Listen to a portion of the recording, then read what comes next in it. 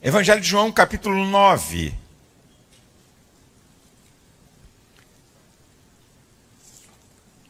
Nós estamos aqui no domingo pela manhã, no templo da Assembleia de Deus Vitória em Cristo, na escola dominical.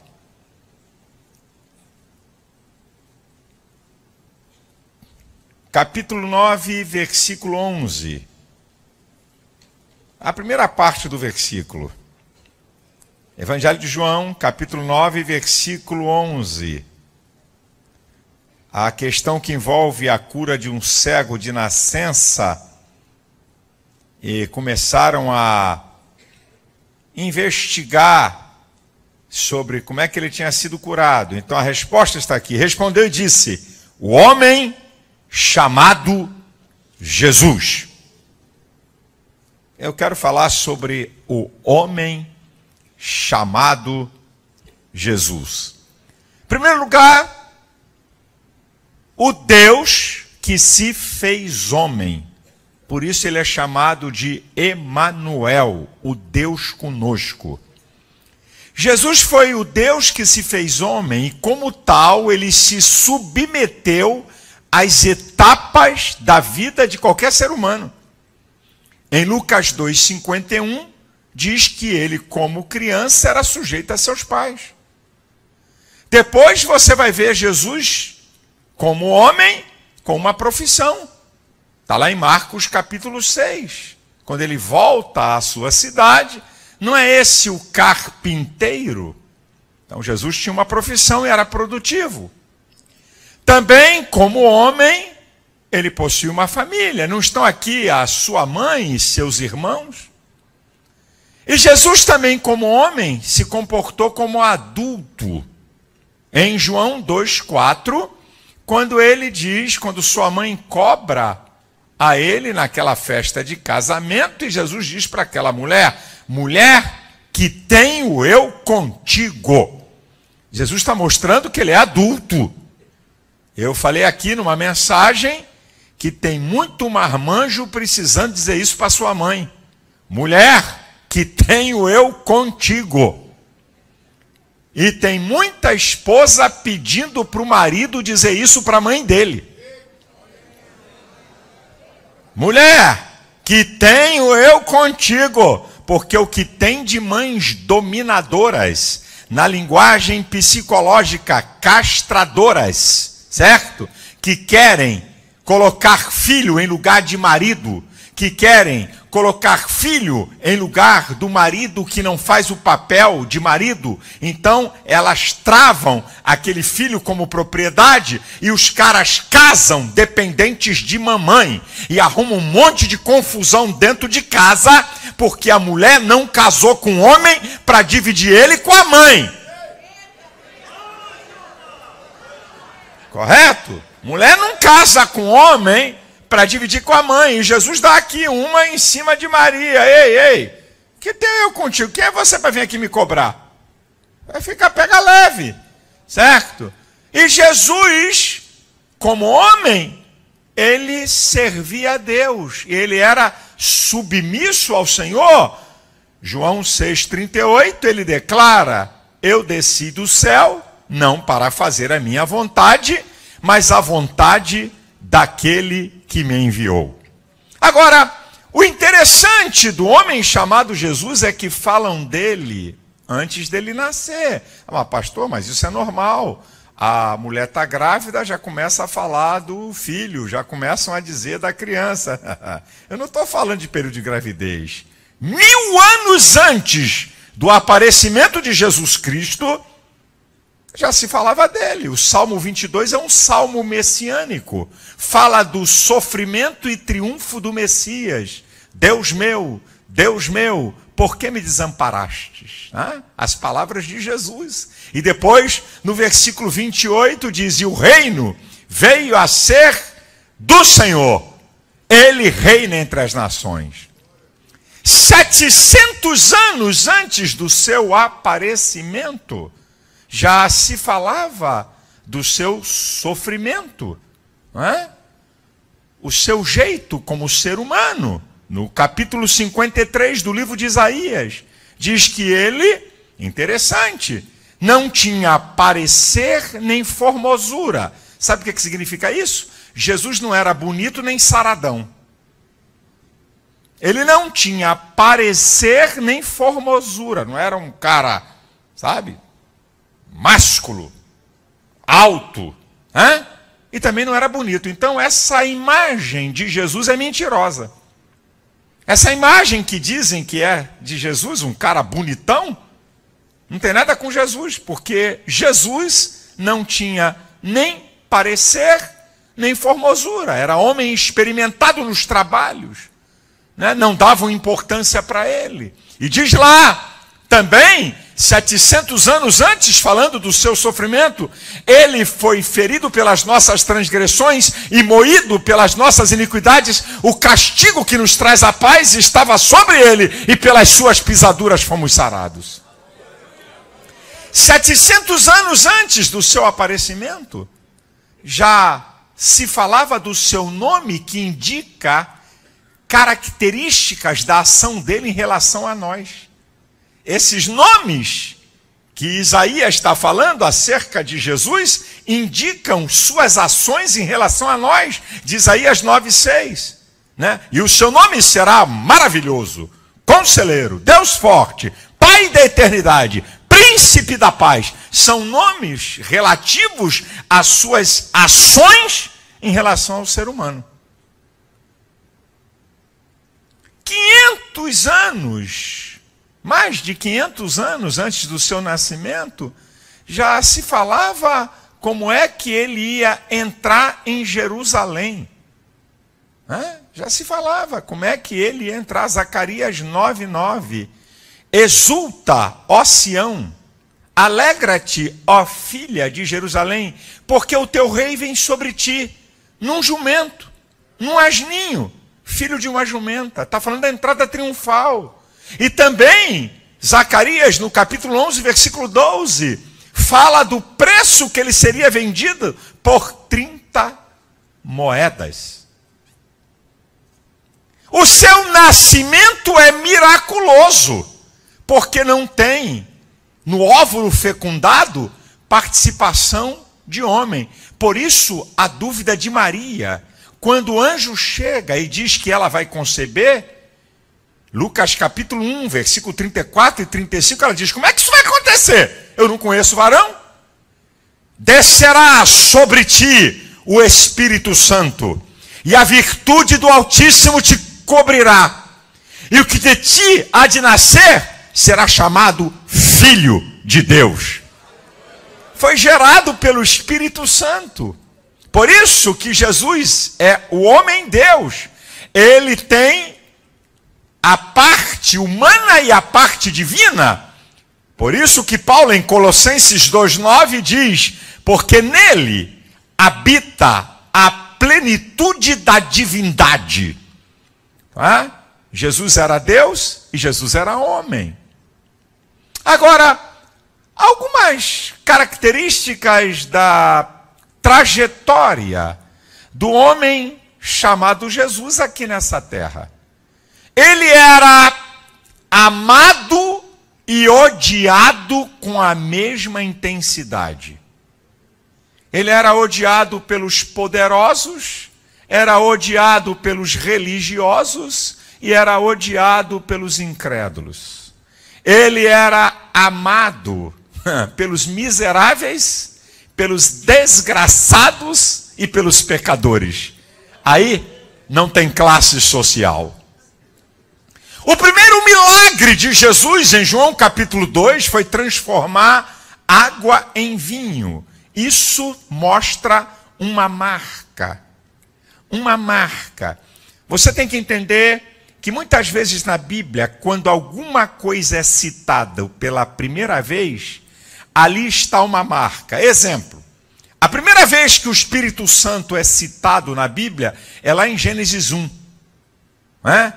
A terra era sem forma e vazia, e o Espírito do Senhor se movia sobre a face das águas. É a primeira vez que o Espírito Santo é citado. Aqui tem uma marca do Espírito Santo. Você nunca vai ver o Espírito Santo parado. Você nunca vai ver o Espírito Santo descansando. ele sempre está em movimento. Ele está sempre agindo. Então, a primeira vez que Jesus é citado operando um milagre é transformando água em vinho. Aqui tem uma marca. Jesus sempre vai transformar para melhor. Sempre. Sempre que Jesus entrar na vida de uma pessoa, ele vai mudar a vida dessa pessoa para melhor. O homem chamado Jesus, ele perdoava pecados. Lembra de Marcos capítulo 2? Não é? O paralítico de Cafarnaum? Jesus diz, perdoados estão os teus pecados. Jesus gostava de arrumar uma quizumba com os fariseus, por isso que de vez em quando eu imito Jesus. Gostava de arrumar uma encrenca com esses caras, né? Perdoado estão os teus pecados. Os caras vão falar, quem é ele? Quem é esse aí? Quem é ele para perdoar pecado? Jesus, conhecendo o coração dele, disse assim, olha, para que saibais que o Filho do Homem tem poder para perdoar pecado, a ti te digo, levanta, toma a tua cama e anda. Acabou a fofoca, acabou a conversa. Né? Jesus tinha poder para perdoar pecados. Jesus, na sua trajetória, curou muitos enfermos. Em Mateus 12:15, diz que ele curou todos os enfermos da multidão. Curou todos de uma vez só. Ele perdoa pecados, ele cura enfermos, ele expulsa demônios. Em Marcos capítulo 5, o endemoniado de Gadara, que possuía uma legião. Jesus também, ele atende o clamor do aflito. Né? Lembra lá de Lucas 18:35? O cego de Jericó, Jesus, filho de Davi, tem misericórdia de mim. Jesus, filho de Davi, tem misericórdia de mim. O pessoal manda ele calar a boca, mas o cara é insistente, persistente. Jesus chama e diz, que queres que eu te faça? Eu quero ver, então veja, e ele viu. Acabou a história. Jesus também, ele quebra, muito interessante, ele quebra preconceitos. Quando durante o dia ele fala com a mulher samaritana, um rabino judeu, falar com uma mulher no meio do dia, para a cultura daquela época, isso era uma desonra. Um homem rabino, mestre, parar no meio de dia para falar com uma mulher, e ainda mais da reputação daquela mulher. Jesus quebra preconceito social, preconceito cultural, preconceito racial, preconceito religioso. Jesus quebra tudo isso. Ele também ressuscita mortos. Lá em João capítulo 11, Lázaro sai para fora, 4 dias estava morto. Ele também não faz acepção de pessoas. Em João capítulo 3, ele se encontra com o príncipe dos judeus. Mas em Mateus capítulo 8, ele toca naquilo que era o pior para a sociedade judaica, que era um leproso, e cura um leproso. Jesus faz uma coisa que não é brincadeira. Ele desafia seus inimigos a apontar seus erros. Meu amigo, você dizer para inimigo qual é meu erro, se não tiver, eles inventam. Jesus desafia em João 8,46, quem dentre vós me convence de pecado? Aponta meu pecado aí. Jesus estava falando para a elite religiosa. Aponta meu pecado. Diz aí onde é que eu pequei. Diz aí onde é que eu errei. Agora, preste atenção a isso que eu vou falar para vocês. Por que Jesus é tão perseguido desde o seu nascimento? Porque a partir do momento que Jesus nasce, ele já começa a ser perseguido com o edito de Herodes para mandar as crianças, matar crianças abaixo de 2 anos para tentar alcançar Jesus. Vamos lá. Em Gênesis capítulo 3, versículo 15, quando Satanás derrubou o homem e levou o homem a pecar, Jeová, não foi ninguém não, foi Jeová, liberou uma profecia sobre o chifrudo. Está lá em Gênesis 3,15. Eu porei inimizade entre ti e a mulher, entre a tua semente e a sua semente. Ela vai esmagar a tua cabeça e tu vai ferir o calcanhar. O que você tem que entender? Que quando o diabo levou o homem a pecar, Satanás passou a ter o controle da morte. Isso aqui é importante você saber. A partir do homem ter pecado, ninguém poderia ressuscitar para a vida eterna, porque Satanás passou a ter o domínio do império da morte. E Hebreus capítulo 2, versículo 14 fala isso. Para que pela sua morte aniquilasse aquele que tinha o império da morte, a saber, Satanás. Então entenda, quando o homem pecou, Satanás passou a ter o controle da morte. E Satanás controlando a morte, as pessoas só poderiam ressuscitar para viver aqui. E se morrer, não tinha o direito à ressurreição. Olha que coisa interessante. Então Deus libera uma palavra. Eu vou enviar alguém que vai tirar esse poder que você tem sobre a morte. Eu vou enviar alguém que vai tomar de você as chaves da morte e do inferno. É isso que está sendo dito em Gênesis 3,15, com a queda do homem que Satanás provocou. Você ficou com o império da morte, mas eu vou levantar alguém que vai destituir você desse império, para que haja vida eterna, para que o propósito pelo qual Deus fez o homem se cumpra. A partir daqui, eu vou fazer uma conjectura teológica. Ok? Eu vou fazer uma conjectura. Por favor, isso aqui não está na Bíblia. Isso aqui é uma conjectura. Eu aprendi que qualquer conjectura teológica você pode fazer desde que não cometa heresia. Isso é, desde que você não torça o texto. Ok? Então eu vou fazer uma conjectura teológica, tá? Só para a gente poder viajar na história. Fazer uma viagem na história. Senão fica muito seco. Isso é marca de pregador. Não marca de professor. Isso é uma marca de pregador. Viajar na maionese é marca de pregador. Não é marca de professor. Então vamos para a conjectura. A essência é verdadeira. O floreado é meu. Está em 2 Silas, capítulo 750, versículo 380. Tá? O confete é meu, mas o bojo da história é real. Eu acredito que quando Deus liberou essa palavra para Satanás, eu estou desconfiado que Satanás preparou um centro de pesquisas avançadas teológicas para descobrir quem era o camarada que, nascido de mulher, que ia pisar na cabeça dele, isso é, quem é que ia tirar a autoridade dele. Aí a história se desenvolve e aparece Abraão. Eu estou desconfiado que alguns demônios disseram para Lúcifer: foi levantado um cara que tem uma palavra sobre ele, que em ti serão benditas todas as famílias da terra. Pode ser esse homem, Lúcifer. Pode ser Abraão, o que foi levantado para pisar na tua cabeça.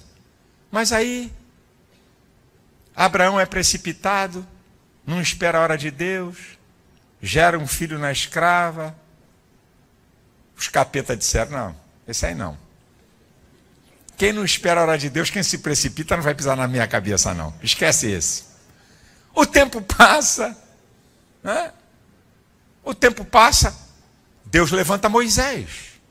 Eu acho que a atenção do inferno e dos demônios disseram: foi levantado um homem, ele é grande, ele opera sinais. Lúcifer, ele acabou com a raça da nossa gente lá no Egito. Mandou tanta praga, arrebentou com tudo, desmoralizou os deuses do Egito. E tem mais, ele é o único homem que fala cara a cara com Deus. Olha, pode ser esse o cara que foi levantado para pisar na tua cabeça. Mas aí, Lúcifer e os demônios veem a trajetória de Moisés. Deus manda Moisés falar a rocha, ele fere a rocha. Quem desobedece a Deus não pisa na minha cabeça, não. Esse aí não vai pisar na minha cabeça, não. Pode esquecer, não é esse aí, não. O tempo passa, aí Deus levanta Sansão. A manifestação mais visível do poder do Espírito Santo no Antigo Testamento. Rapaz, parece que tem demônio falando, Lúcifer, esse cara fez um estrago na seara da nossa gente. Amarrou 300 raposas pela cauda e tacou fogo, tá botando para quebrar. Uma queixada de jumento, esse cara arrebentou com 1000. Carregou a chave da cidade no ombro e deixou a cidade trancada. Esse é o cara! Ah, é esse que vai pisar na minha cabeça? Então vamos dar um jeito, vamos ver se é ele mesmo. Manda uma prostituta, manda uma vagabunda para ver se ele fica firme mesmo. Aí mandou uma prostituta, rapaz. E o cara cheio do Espírito Santo. É isso que é o engano de muito crente. Quem te falou que você cheio do Espírito Santo tem imunidade sobre a sua natureza? Onde é que está isso na Bíblia? Foi Jesus que falou que a natureza é fraca. Você é cheio do Espírito Santo, brinca com a tua natureza para ver onde é que tu vai parar. Brinca com ela. Ah, olha o que o diabo fez, rapaz. Botou uma vagabunda, desculpe meu termo. Botou uma prostituta e derrubou o homem cheio do Espírito Santo. Falou, esse aí vai pisar na minha cabeça? É ruim. O tempo passa, aí Deus levanta Davi. O homem segundo o coração de Deus. Rapaz, esse camarada tem uma unção especial. Olha o que ele fez com o nosso campeão. Com uma pedrada ele jogou o cara no chão. Ele é um rei poderosíssimo. Pode ser esse o cara. Ele é um rei conquistador como nunca na história. Ih, comete um adultério e um homicídio. O adúltero e o homicida vai pisar na minha cabeça? Esse já era. O tempo passa e um dia, como nenhum outro na história, aquilo que está em Gálatas 4:4, e vindo a plenitude dos tempos, Deus enviou o seu filho, nascido sob a lei, nascido de mulher. Daqui a pouco chega um demônio para Lúcifer e diz assim, Lúcifer, eu vi uma conversa do anjo Gabriel com uma menina virgem, Maria, dizendo que ela vai conceber do Espírito Santo. Eu acho que mal esse capeta acaba de falar, chega um outro. Ô Lúcifer, eu vi os pastores no campo cuidando de rebanhos, e veio um anjo dizendo, olha, na cidade de Davi vos nasceu hoje o Salvador, que é Cristo o Senhor. Mal esse acaba de falar, acho que chegou e diz assim, e olha Lúcifer, eu vi um exército celestial que há muito tempo eu não vejo, dizendo glória a Deus nas alturas, paz na terra, boa vontade para com os homens. Ô Lúcifer, tem mais um dado. Está vindo aí uns magos e tem uma estrela apontando para Belém. E eles estão à procura do rei dos judeus. O que mais, o que mais? Chega um outro demônio, pesquisador, e diz, olha Lúcifer, tem aqui uma pesquisa que foi feita. Eu descobri que o rei vem de Belém. O rei vem de Belém, diz aqui o profeta Miqueias, há 740 anos antes do aparecimento, diz lá no capítulo 5, versículo 2, e tu, Belém, Efratas, pequena entre as milhares de Judá, de ti virá o rei, aquele cujas saídas é desde a antiguidade e desde a eternidade. O que mais? Olha, tem mais um dado, Lúcifer. Ele vem da casa de Davi e diz que o trono do rei que não terá fim vem da casa de Davi. Aí eu acho que o capeta diz assim, o Satanás, o Lúcifer assim, me dá o nome dele. O nome dele é Jesus Cristo. Sabe o que significa? Deus ungido para salvar. É Ele! É Ele! É Ele! É Ele que foi levantado para tentar pisar na minha cabeça!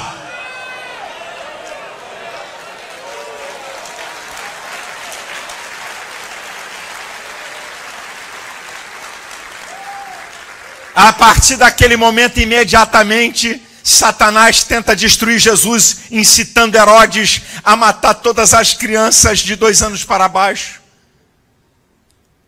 Eu acredito que Satanás com seus demônios estão de olho em Jesus. E quando Jesus faz 30 anos e que é batizado por João e que vai começar seu ministério, eu acho que a capetada deve ter se reunido e dizer assim, Lúcifer, você vai ter que ir lá. Tu vai ter que ir lá porque nós não conseguimos nada não, tu tem que ir lá. E aí Satanás vem pessoalmente na tentação do deserto. E você já sabe o final da tentação, quando Jesus diz: vai-te, Satanás, só ao Senhor teu Deus adorarás e só a Ele servirás. E na narrativa de Lucas capítulo 4 diz que Satanás se ausentou dele por algum tempo. Durante o ministério de Jesus, Satanás várias vezes tentou matar Jesus. Agora, uma coisa incrível que muito incrédulo não sabe e não crê. Satanás e seus demônios sabiam exatamente quem era Jesus, a sua obra e o seu objetivo em relação aos próprios demônios. Quando você pega a narrativa de Marcos capítulo 5, de Mateus capítulo 8, dos endemoniados de Gadara, quando Jesus encontra com aquele homem, diz o texto que os demônios o adoram, dizendo: Jesus, Filho do Deus Altíssimo. Reconheceram a deidade de Jesus e reconheciam que Jesus veio para salvar, para arrancar o homem do império da morte. E sabiam também qual era o outro propósito de Jesus em relação a eles. Viestes a nós antes do tempo para nos atormentar?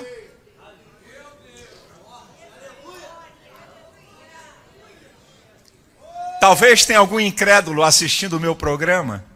Enquanto você diz que não existe Deus e que não acredita em Deus, Satanás sabe quem é Jesus, o propósito pelo qual ele veio à terra e o seu objetivo em relação aos próprios demônios. Satanás então vai para a última cartada.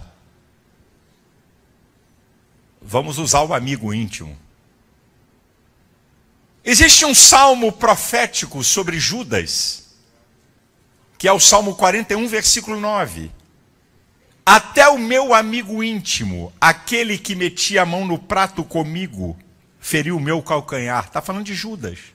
E Lucas 22, 3 diz: e entrando Satanás no coração de Judas.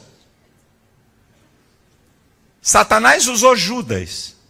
Agora, algo intrigava o diabo. Por que ele não reage?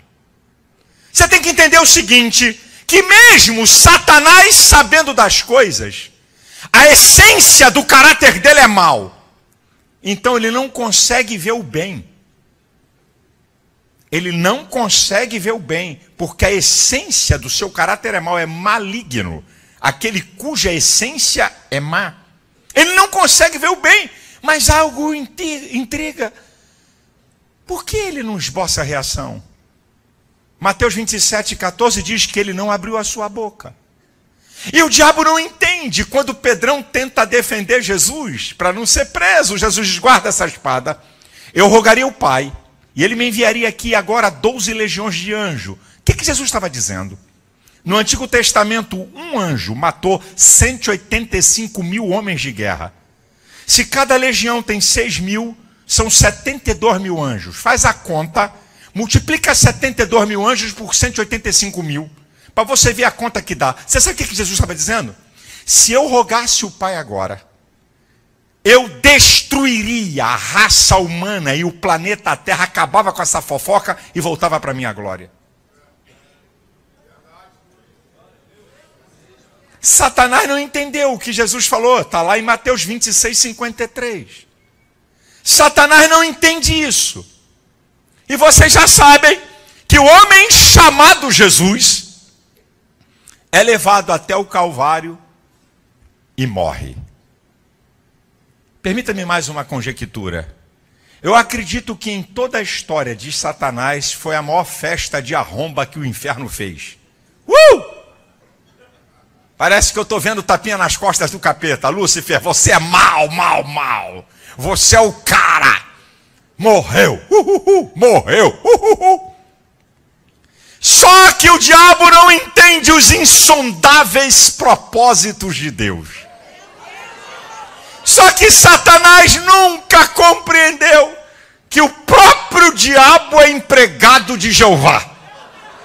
O próprio capeta estava contratado para fazer o serviço.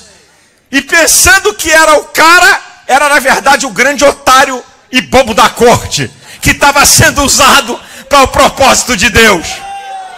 5 coisas acontecem quando Jesus morre e que o diabo não esperava. A primeira, quando Jesus expira, João 19:30, e diz: está consumado. Quando Jesus morre, ele está dizendo: o preço da redenção do homem está pago. O preço para comprar o direito à vida eterna está pago. O preço para destruir o império da morte está pago. É por isso que 1 Pedro, capítulo 1, versículo 8 e 9 diz: não foi com coisas corruptíveis, como ouro ou prata, que fostes comprado da vossa vã maneira de viver, mas com o precioso sangue de Jesus, de um cordeiro imaculado e incontaminado. A primeira coisa é que o preço está pago. A segunda, lembra do texto de Hebreus 2,14?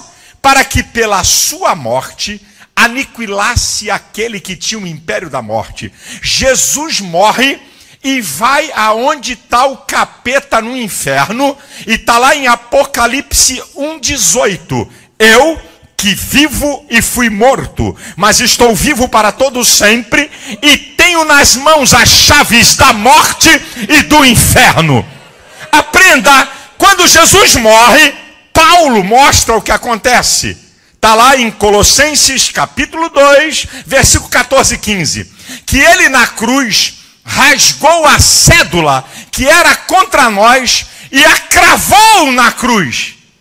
E despojando principados e potestades, deles triunfou em si mesmo, os expondo publicamente. O que Paulo está falando? Quando Jesus morre, ele desce ao inferno, toma do capeta as chaves da morte do inferno e ridiculariza o diabo igual. Qual é a ideia de Paulo quando ele está falando isso? É que naquela época, quando os imperadores ou os generais conquistavam uma outra nação, e quando eles estavam de volta para a sua pátria, eles traziam os reis e os generais vencidos amarrados pelo pescoço. Uma corda amarrava um, o cara estava, em fila, e o general vinha no cavalo com a corda na mão, e todos aqueles vencidos com a corda no pescoço. E publicamente o general desfilava dizendo: aí ó os valentes aí, está tudo derrotado. E o povo vibrava, e o povo zombava. É exatamente isso que aconteceu. Jesus expôs Satanás ao ridículo. Cadê o teu poder? Você não disse que ia me vencer? Você não disse que ia me destruir? Eu aqui agora vim tomar de você a autoridade que você tem. Aleluia! E olha, o que eu estou te falando, lembra do salteador? Lucas 23:43. Senhor, lembra-te de mim quando entrares no teu reino. O que Jesus disse? Hoje estarás comigo no paraíso. Preste atenção. Antes da morte de Cristo e de sua ressurreição, quando os homens morriam, todos eram levados para um lugar abaixo. No hebraico, Seol, no grego, Hades. Separação entre justos e ímpios, mas todos eram levados para um lugar abaixo de. Quando Jesus morre e toma de Satanás as chaves da morte do inferno, ele vai arrancar os justos desse lugar abaixo e vai levar para o paraíso. E Paulo fala disso em Efésios capítulo 4, do versículo 8 ao 10. Aquele que subiu é também o que desceu às partes mais baixas, levando o cativo o cativeiro. E ele o levou para as partes acima dos céus, para cumprir todo o propósito. Quando Jesus morre, ele cumpre, paga o preço da nossa salvação, ele toma de Satanás as chaves da morte do inferno, ele ridiculariza o diabo, e ele vai arrancar os justos que estão no céu e vai levar para o paraíso. Acabou a colher de chá, porque agora eu tenho o poder da ressurreição, eu tenho o poder da vida eterna. Por isso que Jesus é chamado em Apocalipse 1:5 do primogênito dentre os mortos. Isso é, o primeiro a sair da morte para nunca mais voltar para lá. Só está faltando uma coisa: ressuscitar seu corpo. Agora aprenda isso aqui. Em Eclesiastes capítulo 12, versículo 7, diz que quando o homem morre, o corpo vai ao pó e o espírito vai a Deus. Isso é o controle de Deus. Jesus é Deus. Sempre esteve no controle do seu espírito, por isso que ele desceu lá no inferno. O seu corpo estava na tumba, mas ele estava em controle dele mesmo. Quando o homem morre, o corpo vai à tumba e o espírito vai a Deus. Jesus é Deus, ele está no controle do espírito dele. Por isso que ele desce a parte mais baixa. Só falta uma coisa: ressuscitar seu corpo, porque o túmulo não pode segurar o Senhor da vida. A morte não pode segurar, ele não pertence a isso aqui, ele não pecou, ele não cometeu erro, ele não cometeu pecado, então eu não posso ter domínio sobre ele. Por isso que quando você vai a Jerusalém e vai ao túmulo de Jesus e tem uma placa: ele não está aqui, ele ressuscitou.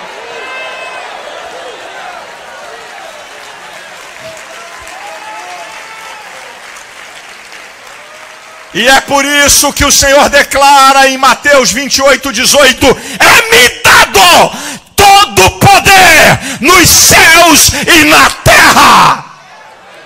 Agora, querido, ele não é mais o homem chamado Jesus, ele não é mais o filho de Maria, ele não é mais o carpinteiro e nem tampouco o Cordeiro de Deus. Olha o que ele é: um salmo messiânico que indica a volta de Jesus para o céu, depois que ele sai da morte e o retorno dele ao céu, que é o Salmo 24, a partir do versículo 7. Levantai, ó portas, as vossas cabeças, levantai-vos, ó entradas eternas, para que entre o Rei da Glória. Quem é esse Rei da Glória? O Senhor forte e poderoso, o Senhor poderoso na guerra. Levantai, ó portas, vossas cabeças, levantai-vos, ó entradas eternas, para que entre o Rei da Glória. Quem é esse Rei da Glória? O Senhor dos exércitos, ele é o Rei da Glória. Agora ele não é mais o leão da tribo, ele não é mais o Cordeiro de Deus, ele é o Rei da Glória.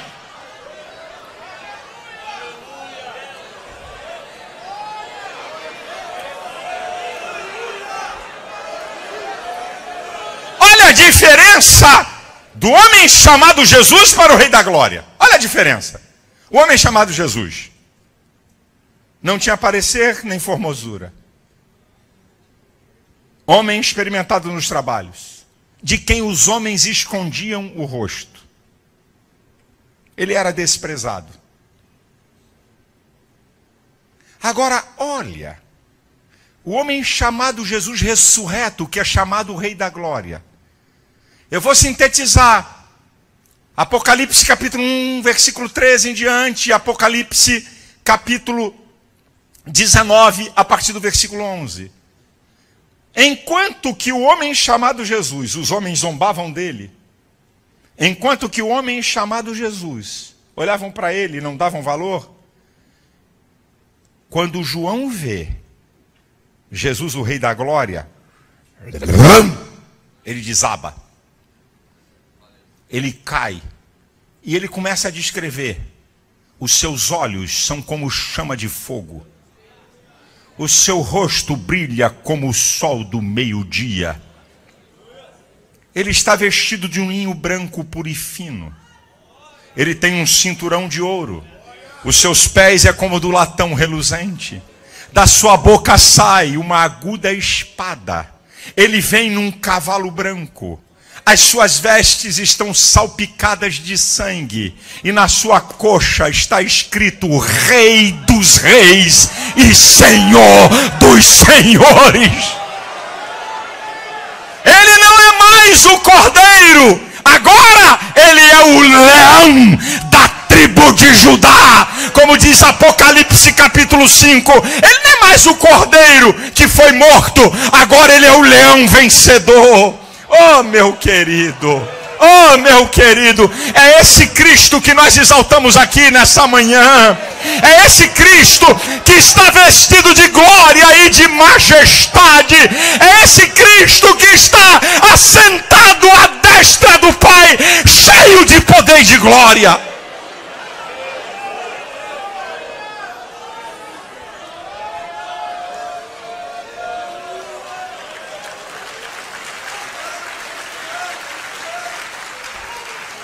Uma vez eu escutei um bobalhão dizer: rapaz, do jeito que está o mundo, se Jesus voltasse aqui, matariam ele de novo. Eu falei: não sabe nem o que está falando, ô mané. É que ele pensa que Jesus vai voltar como homem. O homem chamado Jesus esquece quando ele voltar. Ele vem com poder e grande glória. Não é mais o Jesus homem. É interessante que Filipenses capítulo 2, a partir do versículo 5, mostra a sua missão e glória. É um resumo da missão e da glória de Jesus. De sorte que haja em vós o mesmo sentimento que houve em Cristo Jesus, que sendo em forma de Deus não usurpou ser igual a Deus, antes aniquilou-se a si mesmo, tomando a forma de servo, fazendo semelhante aos homens, e como homem foi obediente até morte, morte de cruz, pelo que Deus o exaltou soberanamente e lhe deu um nome acima de todo nome, para que ao nome de Jesus se dobre todo o joelho dos que estão nos céus, na terra e embaixo da terra, e toda língua confesse que Jesus Cristo é o Senhor.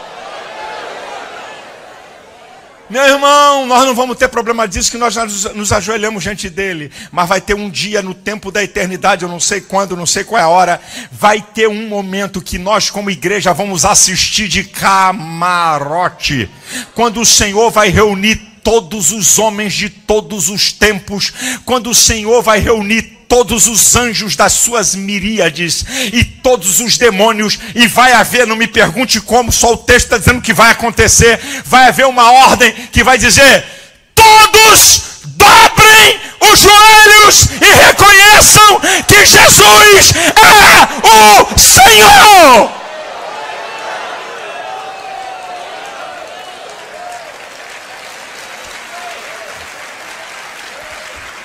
Você que é ateu um dia vai ter que fazer isso.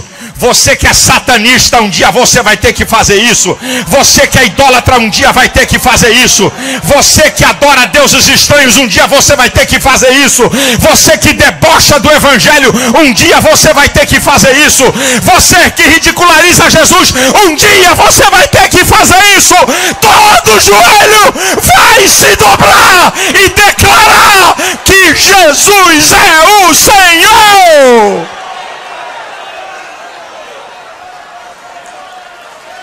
Aleluia!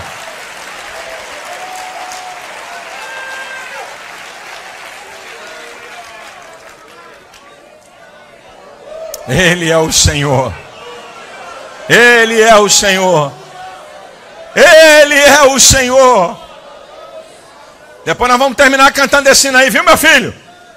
Ele é o Senhor, Ele é o Senhor, ressurreto dentre os mortos, Ele é o Senhor. Nós vamos cantar isso aí no final.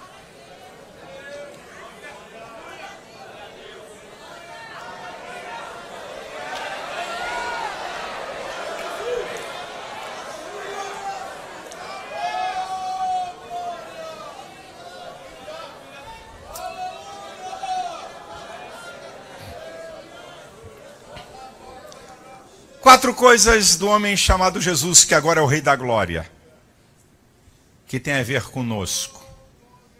Quatro coisas eu destaco e termino a minha palavra.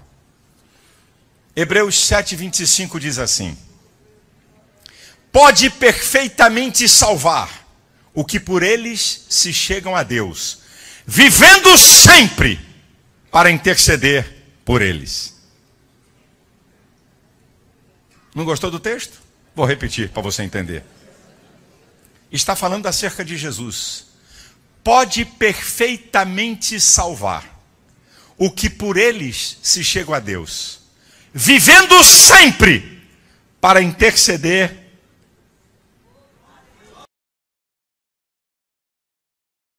Só Jesus salva. E aqueles que são salvos, você, eu, você que está me assistindo, que entregou sua vida a Cristo e que é salvo por Jesus, o que ele está fazendo agora? Intercedendo por nós. Ele está diante da glória do Pai, intercedendo por nós. Aquieta-te. Ele sabe tudo a teu respeito, conhece todas as tuas necessidades. Ele intercede por nós. Ele intercede por nós.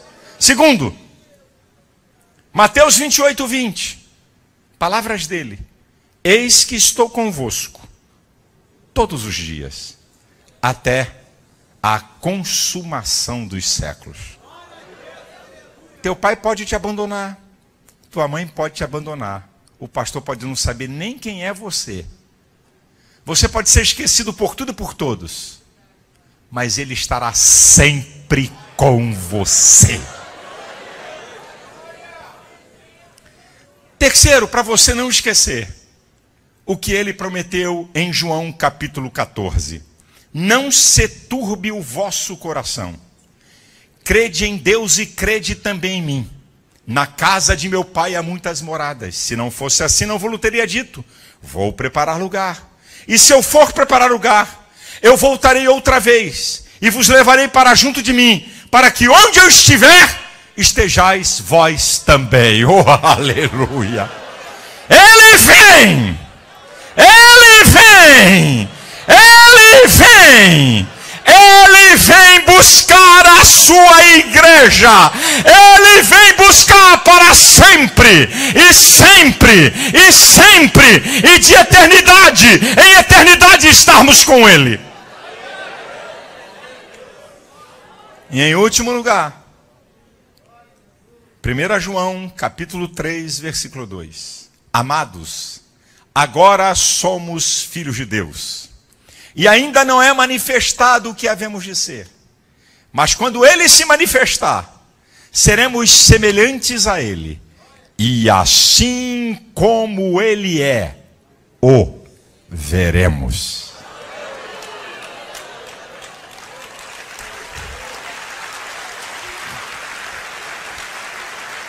Eu não me impressiono com esse quadro da fotografia de Jesus, primeiro porque ele é mentiroso. Nem ele representa o Jesus terreno. E se ele fosse dessa beleza que mostram, assim mesmo, eu vou ver Jesus não segundo a pintura de um pintor famoso. Eu não vou ver o Jesus pintado pelos homens. Nós vamos ver Jesus como ele é, cheio de glória, cheio de poder, cheio de majestade. Naquele momento espetacular daquela comparação e da analogia do casamento da noiva que vai se encontrar com o noivo, que também está registrado em Apocalipse 19, que se ouviu um som no céu como de muitas águas. O Senhor nosso Deus reina. Regozijemo-nos, alegremo-nos. Olha, porque vindas são as bodas do Cordeiro, porque a sua esposa já se aprontou. A cena é exata de um casamento. É exatamente isso que vai acontecer. É exatamente. Quando a trombeta soar, começa o cortejo nupcial. Cortejo nupcial tem que ter música. Cadê o tecladista? Senta aí, meu filho, nesse trem aí, nesse piano. Você já viu o noivo entrar sem música? Você já viu? Só um minutinho. Você já viu o noivo entrar sem música? E ela está entrando aí. É a noiva? Está entrando? Não. Olha, nem para padrinho, que o povo não está nem aí, tem música. Mas olha, quando dá esse toque aí, o pessoal sabe que a noiva vai chegar.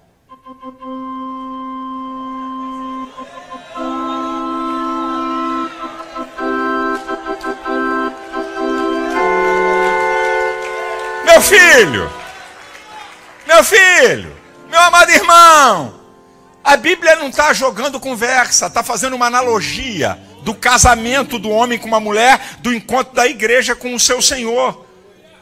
Vai ter toque de trombeta, e o que vai acontecer? Eu fico imaginando miríades e bilhões de anjos que são incontáveis. Como é que é uma noiva entrando na igreja?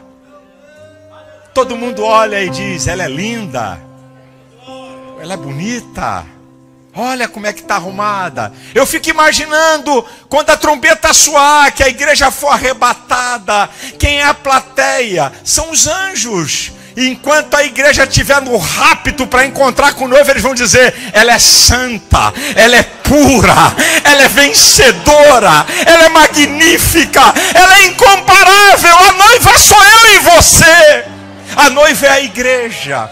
Você já viu o casamento? O noivo lá na frente, ele não está nem aí para vocês.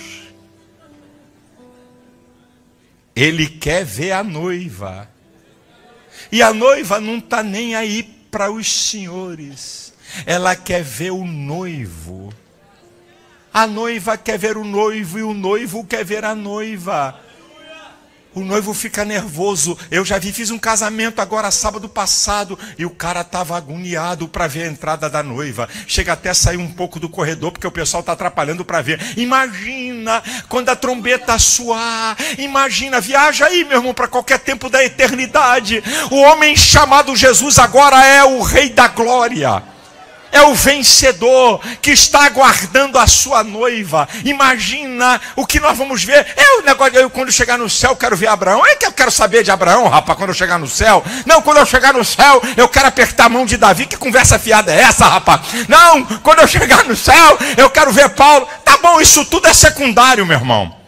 Isso tudo é gente secundária. O que nós vamos querer ver, cadê? É ele. Olha, cheio de glória, cheio de poder, cheio de majestade, cheio de beleza, cheio de fulgor. E para sempre, e sempre, e sempre, e sempre estaremos com ele. A ele a glória,